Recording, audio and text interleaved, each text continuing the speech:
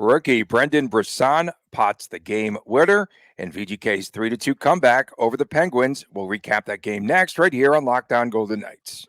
You're Locked On Golden Knights, your daily podcast on the Vegas Golden Knights, part of the Locked On Podcast Network. Your team every day.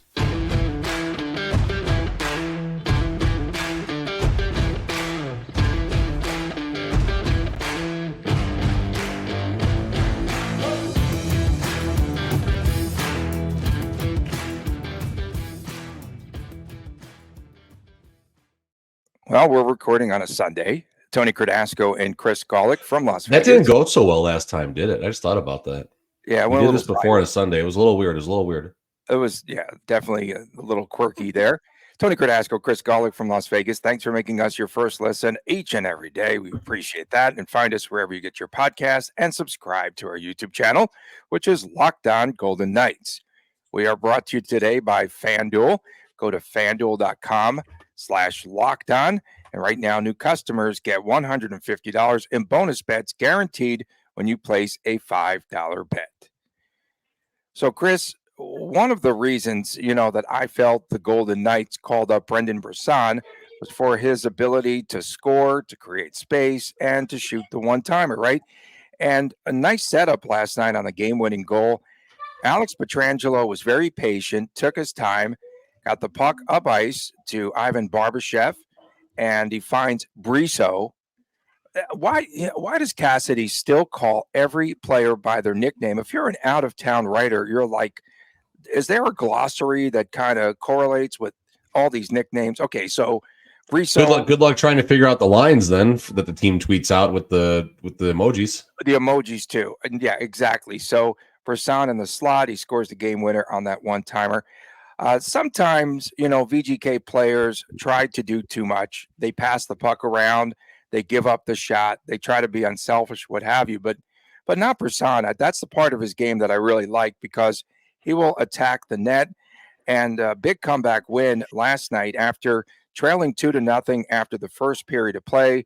Marchessault and Pavel Dorofeev score, and then the Brisson goal. And then those 4 goals in about 4 minutes' time. Golden Knights have now won 3 straight, Chris, and 4 out of 5. Yeah, I mean, this is so many different ways to go here. You start with the feeling after the Flames game. I mean, after the Flames game, I wrote an article talking about how this team can qualify for the playoffs, like thinking they were, and there's going to be some still tough sledding ahead, but obviously after that Flames game, a lot certainly has changed. And I think a lot of this starts with you go back to the press conference from that Monday game. Mark Stone with the no excuses mentality. He's not going to listen to the team complaining about missing Eichel and Karlsson and Theodore and Aiden Hill and blah, blah, blah, blah, blah. He doesn't care. He doesn't want to hear it. And I got a question, and I actually wanted to ask on Monday, and I was able to get it in yesterday's game. Mark Stone and Coach Cassidy both alluded to the team needing to be the best versions of themselves.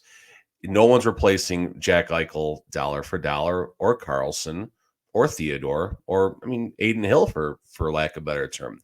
So it's going to take these players, especially like the non-household names, Brett Howden, Pavel Dorofeev, Paul Cotter, and Brisson now is even in this category. These players really need to, not necessarily as Coach said it, contribute on a nightly basis, but they have to be present. They need to be a part of the game and contribute from time to time, because right now the Golden Knights are in a fortunate spot. The top 2 lines are carrying the team. The third line, Brisson, obviously was very nice to see him get there, but it was a power play, so it technically wasn't a credit to the third line necessarily, but still important for that part of the lineup. So Cassidy, my question to Cassidy was, hey, where's this messaging coming from, and then how is the team handling it? And Cassidy right away said, well, that's coming from me, and it's good that it's resonating from the team. Obviously, that Mark Stone said it, and he just went on to explain a little more about, what was one more part of that? Okay, about drivers. He made a comment, right? He said Nick Waugh might not be that driver that Jack Eichel is, backing people off the puck with his speed and going coast to coast, but he can still do little things in his game better to, make it a little less painful missing Eichel and his point per game pace right now. Yeah. And of course, Bruce always puts things in the memory banks by watching this show. And in response to your question, too, he did have to mention the shot pass. I think he's trolling us. I'm telling you right now. I believe, come on. It's just, it's not, You love the shot pass. You love the shot pass. it's the worst call in play by play history, the shot You pass. love it. That's You not love it. something that I've You ever love it. heard going back 20, 30 years in following hockey. The Riley Smith tribute was awfully nice, but I don't know that I really dig Brisson or Brisso wearing the number 19 just yet. I mean, after last night, I feel a little better about it. I mean, listen, Riley Smith, there's no, speaking of unreplaceables, not just from a talent side. And every chance I get, I love to talk about how important Riley was and is to the Vegas community, and that every athlete in this town should really just spend a few minutes researching Riley Smith and his passion, his desire, his love for Vegas, and the things that he did. Brisson wearing 19, I thought that was interesting. When it happened at training camp, I mean, like, it felt like in the rookie camp, I believe, like Smith was gone 5 minutes and boom, there's another 19 on the ice. Like, Yeah, the I fans don't weren't know ready about for that. that. No, Fans I'm weren't not ready ready for for that. that. No, I'm definitely Um, not ready for that.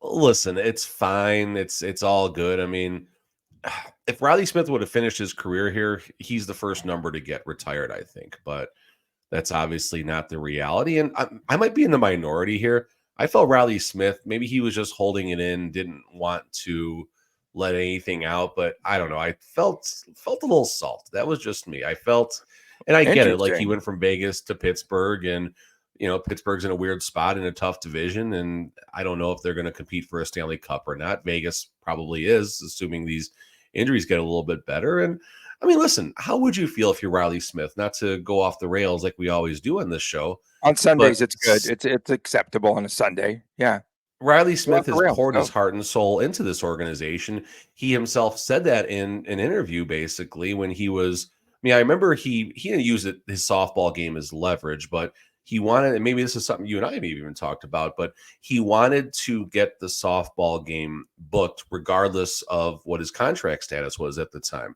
There was a time when, I mean, I think his extension went close to the 11th hour, if I'm not mistaken, but the softball game was happening regardless. And, it just, I could see Riley Smith not being happy the way things worked out. And obviously, he's a professional. He's not going to show that. He's going to be the best version of himself. There we go, Coach Cassidy. He's going to be the best version of himself over in Pittsburgh and do what he can to bring a cup to that, team with all sorts of explosive players. But I don't know. I felt a little salt in the air. And to be fair, I talked to like 3 or 4 different people. My father said he felt he was just being a little emotional in the moment.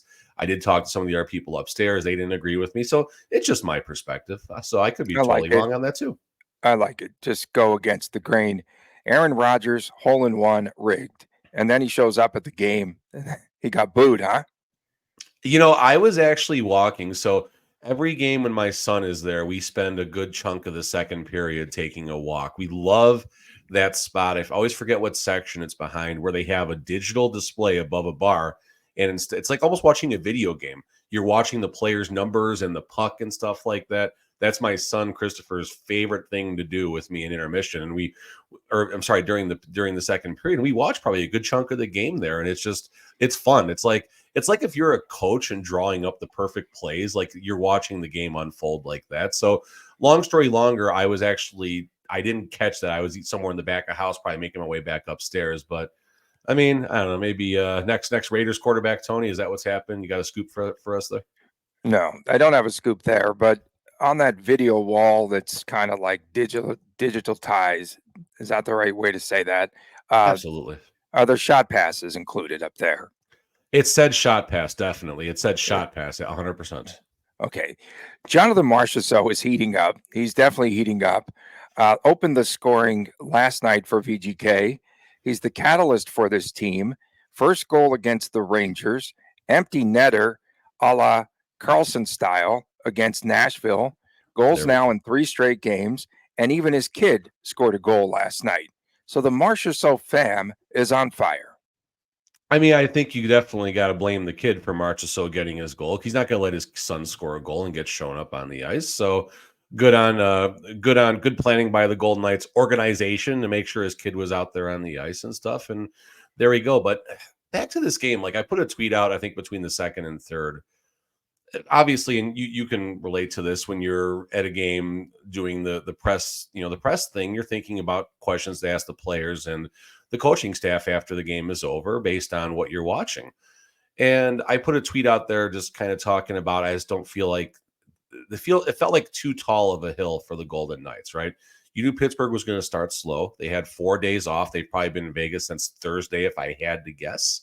So yes, they're acclimated to the time change and all of that stuff, but still 4 days off is a long time in the NHL to just turn it back on and get to game speed. So I felt the Golden Knights' best chance to win this game was going to be an early jump in the first period. And it just felt like the question I had queued up for Cassidy was, are games like this going to happen when you're down so many of the team's stars where you just chalk it up to, hey, we didn't have it tonight, got to be better in the next game? Or is there more to it? And obviously we learned what the more to it was, in the sense that this team does still have the ability to dig deep. And I forgot which member of the media asked about it, but I think it was Chapman. Chris Chapman asked about, is the team concerned, right? There's a lot of confidence in the locker room and the bench when the team is losing in a game. But when they're down so many stars, do you still have that same confidence when the team is down? And Cassidy mentioned with the players out, you can certainly see that happening, the team being a little bit more down when they're not, when they're trailing in a game, minus all the big stars and stuff. But a game like this reminds the Golden Knights what they are capable of, what they can do, even without all these big stars in the lineup. There's still big stars in the lineup that can do it and get the team back. So a lot to like about that game, and it's a great confidence booster as the team heads out to the East Coast for a very difficult 4-game trip. Also a confidence booster. Cassidy had the longest answer to your question at the post game. He really is great. He really is great. I love interacting with him. He's great. He's awesome. He's super. Coming up next, Brendan Brisson. We talk about his connection from when he was a little tyke about Jonathan Marchessault's son's age, right? And the connection there with Crosby and Malkin. Talk about that when we return right here on Locked On Golden Knights. Passion, drive, and patience. What brings home the winning trophy is also what keeps you and your ride or die going and alive. eBay Motors, geez Louise, it is a Sunday. eBay Motors has everything that you need to maintain your vehicle and to level it up to peak performance, from superchargers, roof racks, exhaust kits, LED headlights, and much, much more. Whether you're into speed, power, or style, eBay Motors has got you covered. With over 122 million parts for your number one ride or die, you will always find exactly what you're looking for. And with eBay Guaranteed Fit, your part is guaranteed to fit your ride each and every time, or your money back. Because with eBay Motors, you are burning rubber and not cash. With all the parts you need, all the prices that you want, it's easy to turn your car into your MVP and to bring home that win. Keep your ride or die alive at ebaymotors.com. Eligible items only. Exclusions apply. eBay Guaranteed Fit only available to U.S. customers. Welcome back to Locked On Golden Knights. Tony Cardasco and Chris Golick from Las Vegas. Thanks for making us your first listen. And yes, we are recording this show on Sunday, so we get it out there nice and early, and we can enjoy the rest of our Sunday fun day, even though it's soggy here in Vegas and all that. And yeah, I'm a little bit beat up. I broadcast 3 games, high school games last night for you there, Mr. Golick. So I didn't get a chance to watch the game, but I kept track with all of your sensational, phenomenal tweets last night. So thank you for doing that. Of course, and don't forget, WTF, What the Friday, Saturdays is the Chris and Chris Show. Any highlights from the past weekend? Immaculate tweets, Tony. Come on. Was it an immaculate show with you and Chris, the YouTube exclusive? No, it's as immaculate as this show is, but it's fun. It's fun. We have a good time. We have some good chirps, and Chris brings some different perspectives than I just don't expect sometimes, which is what I really do enjoy, doing the show with. And it's not all about watching these games as, I don't know if I'm going to call myself a trained eye, but I've been watching hockey for the better part of my 43 years on this planet, and I know the game pretty well. But Chris has really been involved for a couple of years, and it's actually even more interesting at times getting that perspective and how he feels about the players and stuff like that. And it's a lot of fun. So it's on YouTube only, folks. So you have to put up with listening and watching, but we have a good time. Brendan Brisson said that he put the puck in net and blacked out from there after he scored his first NHL goal. A huge sell. He said he didn't remember it. Brisson said that someone told him that Sidney Crosby was on the ice when he scored. Pat Brisson, Brendan's dad, represents Crosby, and Brisson said that Crosby was at his house when he was drafted. Before Crosby was drafted, grew up around him and Evgeny Malkin, and the goal against them on the ice last night was very special. What was your question to Brisson last night? I'm going to stick with Brisson, if that's okay, if you don't mind. No, I'll I make had a up few my own different. stinking nicknames because I don't understand the other ones. We had a few different questions. He mentioned about the blackout, which you alluded to. So I asked him if once he came out of blackout status, when Bruce Cusick did his goal call, what did that feel like? He compared it to the feeling of the preseason and everything.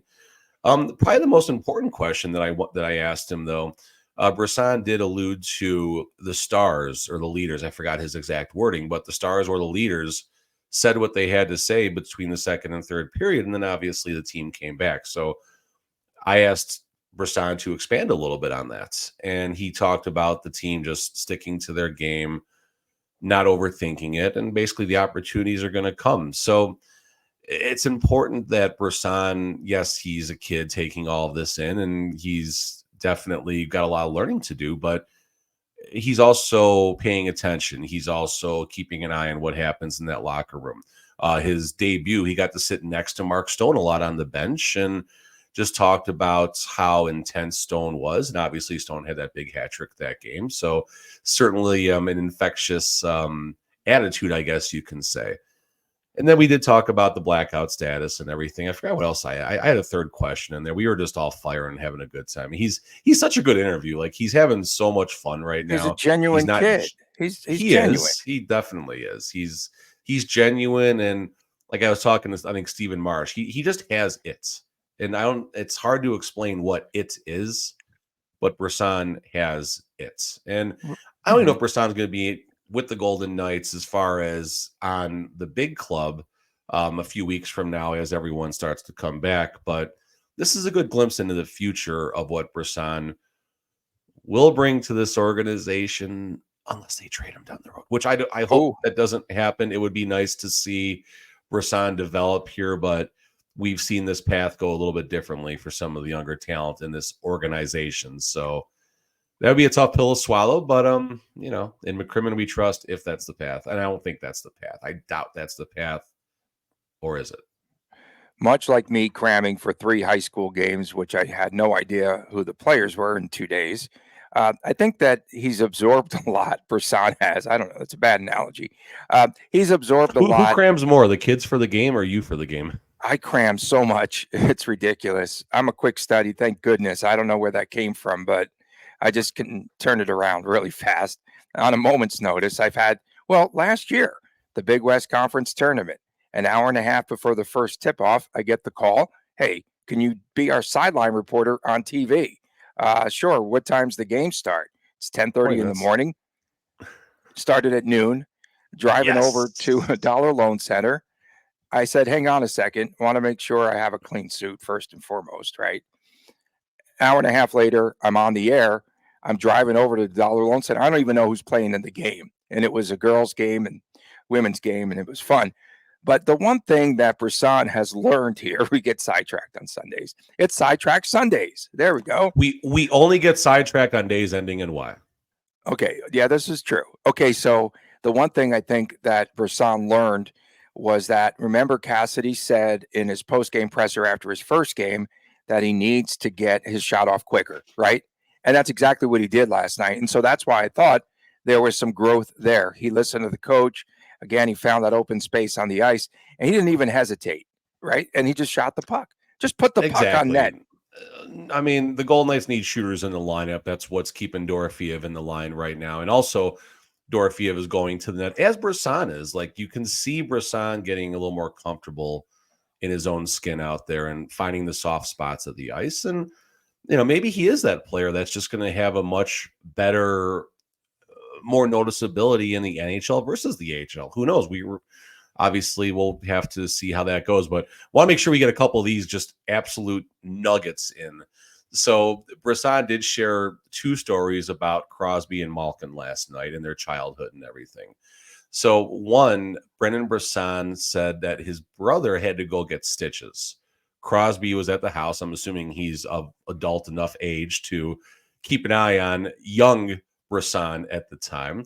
So Brendan said when his family got back from the hospital after his brother got stitches, there was Crosby bathing Brisson in the kitchen sink. So, like, what just happened? Like, and then the goal, Crosby and Malkin are both on the ice too. I mean, it's just like, what a full circle moment. And then this is just a goofy, funny story that Brisson shared regarding Malkin. He mentioned something about they were in a pool when he was a lot younger, and Malkin was the shark, acting like he was the shark. So that was Malkin's first, I guess, nickname given to him by Brendan, called him the shark growing up. So just like this stuff, I mean, I love talking about the human side of sports, the human element. And yes, they're making money. Yes, these are very well-paid athletes that live different lives than all of us do, but they're still humans. Watch Brendan Brisson's interview if you want to understand what it's like watching a human as far as interacting and just explaining what the game is like. So much fun last night. Definitely huge congrats to Brisson, and a huge congrats, I guess, to everyone that got to witness that moment. Just a great moment last night. Yeah, and his dad and mom were in the stands. His dad, Pat, just a little story here. Of course, it's Sunday, Sidetrack Sunday. But Dad, Pat, back in the 90s, used to play beer league hockey. Used to come in from L.A., and he played with one of my friends on the same team. And he was a wild man back then, Pat Brisson. Okay, and we'll just leave it there. No other stories. But he would come in from L.A. to play beer league here at the good old Sobe Arena in the 90s. Wasn't it Sobe? What do they call that place up there? Sobe, Pepsi, Fiesta. Fiesta. And okay, I definitely felt that Brisson could help. The younger Brisson, Brendan, we're talking about, could help VGK. I thought the dad could too by signing some other players and what happened. But that's another story. But he's getting some good time and some good reps in, is Brendan Brisson on the NHL level. So that'll pay dividends for him somewhere down the line. And he is who we thought he would be. I definitely thought he would be a guy that can help them. Thought he should have been brought up sooner. For some reason, they were just taking their time. Coming up next, we have our preview of VGK and Jersey. Okay, the Golden Knights head to the Rock. It's coming your way next, right here on Locked On Golden Knights. Did you know, Chris, as an aside, I had a really bad accent when I moved to Vegas. Really bad. You told me you had to. You said you had to like go to sleep and listening to. Yeah, you told me all about it once. It's actually. So what I did was I read books into my good old Sony Marantz recorder back in the day. I would read into it and then fall asleep listening to myself back. I had no R's in the vocabulary. That's a Jersey thing. Just like our viewers, when you talk, they fall asleep. Yes. Oh. Yes. The NFL postseason is here, and there's still time to get into the action with FanDuel, America's #1 sportsbook. Right now, new customers get $150 in bonus bets guaranteed when you place a $5 bet. That's $150 in bonus bets, win or lose. The app is so easy to use, and there are so many different ways to bet, like the live same-game parlays. You can find bets in the new Explore tab, make a parlay in the Parlay Hub, the best way to find popular parlays, and much, much more. So visit FanDuel.com/lockedon and make your first bet a layup. Welcome back to Locked On Golden Knights, this Sunday, Monday edition of our show, this episode. We appreciate you tuning in. Thanks for making us your first listen each and every day. We definitely thank you so much. And of course, especially our everydayers, and subscribe to our YouTube channel. It's free 99 to subscribe there. So VGK, it's pretty good. pretty good. VGK, the first of a back-to-back in my hood in Newark. Don't step outside of the rock, okay? And they play on Monday against the Devils, and then the Islanders on Tuesday. So rigged with Jack Hughes and most of the lineup being out for the Jersey Devils, and then the Islanders adapting to Patrick Roy as their new head coach. This is so stinking rigged. So they play a back-to-back against teams that are like at 20%. All right. So they face two teams. No, that's going to be looks like Jack Hughes is out right now. That's unfortunate. Yeah. I mean, that's good, but not good. $26 million on the injured list for the Devils. $26 million. Don't complain, VGK fans. They don't have as much talent there that can come through. And they don't have VGK is over 26 million, but whatever. Okay. So New Jersey's in fifth in the Metro. Injuries have also hit the Devils really hard. Timo Meier just returned this week, Chris. I just want to get through all these injuries and then make some excuses for New Jersey in case they lose. And then Jack Hughes is now week to week. Andrzej Palat is out. Tomas Nosek is out. Dougie Hamilton, the VGK killer, is out. Brendan Smith is out. It's a mess in Jersey right now. Their last 11, they're 5-5-1. Go ahead. You have the floor. Yeah, no, I mean, looking at a few things, New Jersey building their team very well. You look at Luke Hughes, Alexander Holtz, Dawson Mercer, all very recent rookies that this team has developed, I believe, through the draft. And Jack Hughes, unfortunately, he's not going to be out there. 45 points, 32 games. Timo Meier is who he is. He got paid a lot of money to do not a lot of work, apparently, by his stat line. So this game is going to be like, in my opinion, the Rangers game. So the New York Rangers played last Tuesday against the Seattle Kraken. 1 day of travel, and then boom, they're playing a game in a time zone 3 hours apart against the Golden Knights. Same thing is going to happen, right? Golden Knights played on Sunday, or they played on Saturday, pardon me. They're traveling on Sunday, and they got a Monday game in a different time zone 3 hours ahead. Now, like Tony said, there's a lot of injuries to New Jersey, so that's certainly a plus, but this is going to be a tough spot for the Golden Knights to get up and be ready to go. Same breath, I think, as the game wears on, fatigue will set in just with the travel and the jet lag and everything else. So hopefully the Golden Knights can get quick starts in the first period, first, second, and third period, in that first 5 to 8 minute window. If they can do that and then weather the storm, they'll be just fine. And you wonder if Aiden Hill is going to be joining the team on this trip. All signs seem to be pointing to that direction. Very important, as there's 2 back-to-back scenarios, 4 games, 6 nights. Definitely a little bit of the unrigging of the schedule coming apart, Tony Cordasco. But you did mention the New York Islanders. See, I think that Islanders game is going to be tough for a couple of reasons. Just Aiden Hill's first game back. Sunday here. It's got to be. It'll be Aiden Hill's first game back. It definitely possibly could be. But new coach, Patrick Roy, and they're going to want to, teams always seem to find a way to get a jump when the new coach comes in. So 2 very tough games with the time zone change and then the back-to-back. Listen, if the Golden Knights can find a path to 4 points on this road trip, that's a great road trip. I know everyone would love to see a 7 or 8 game winning streak. That's not going to be the reality, folks. I'll tell you right now. But 4 points, 4 games, All-Star break, reinforcements come back after. The Golden Knights are not in that bad of a spot all of a sudden, folks. Goaltending has not been very good for New Jersey. Vitek Vanacek, 63rd in the league in high danger chances. Stop. And an 882 I'm looking at his stats. 882 save percentage. That's who they're probably going to face. That's who they'll probably face in the game coming up on Monday. Rookie Nico Dawes has the highest save percentage at 903. Yeah. And everyone wants him Schmid, to be a regular goalie. Yeah, I mean, Akira Schmid, 8.93. Schmid back down to the minors, I think. Yeah. Yeah, I mean, they can all be in the minors with these numbers. I mean, let's be real here. 322, 326, 319 goals against. So there's certainly an equalizer in the goaltending and the defense for the New Jersey Devils that will hopefully wash the tough travel and the schedule and everything for the Golden Knights. This could be a game where that just kind of has that track meet vibe, right? They're definitely, the Golden Knights' defense has been playing so well. The goaltending's been very good. I mentioned Logan Thompson was at a .947 save percentage in his last 5 games prior to yesterday's game.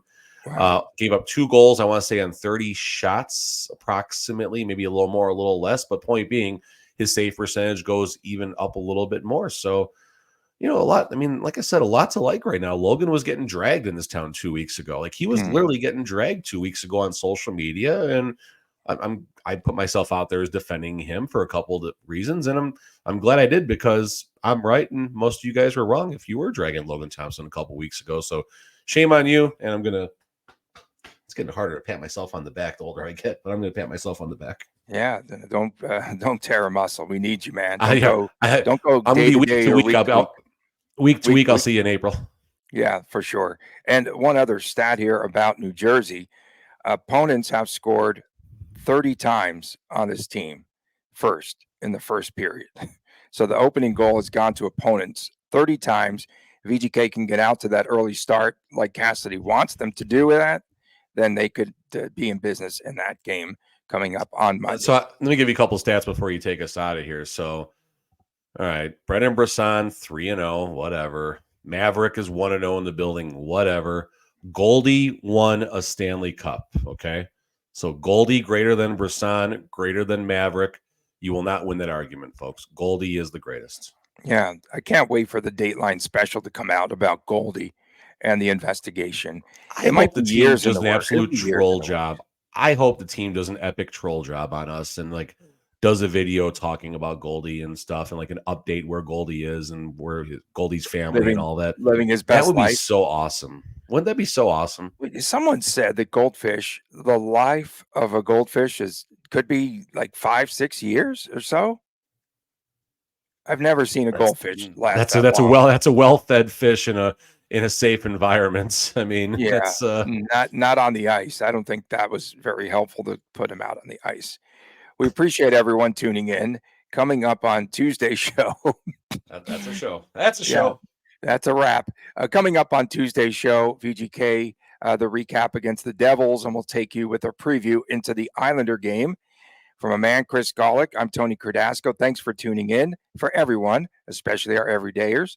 And please subscribe to this nonsense on YouTube, on the YouTube channel, Locked On Golden Knights, if you're not already. We'll see you again next time right here on Locked On Golden Knights. Take care.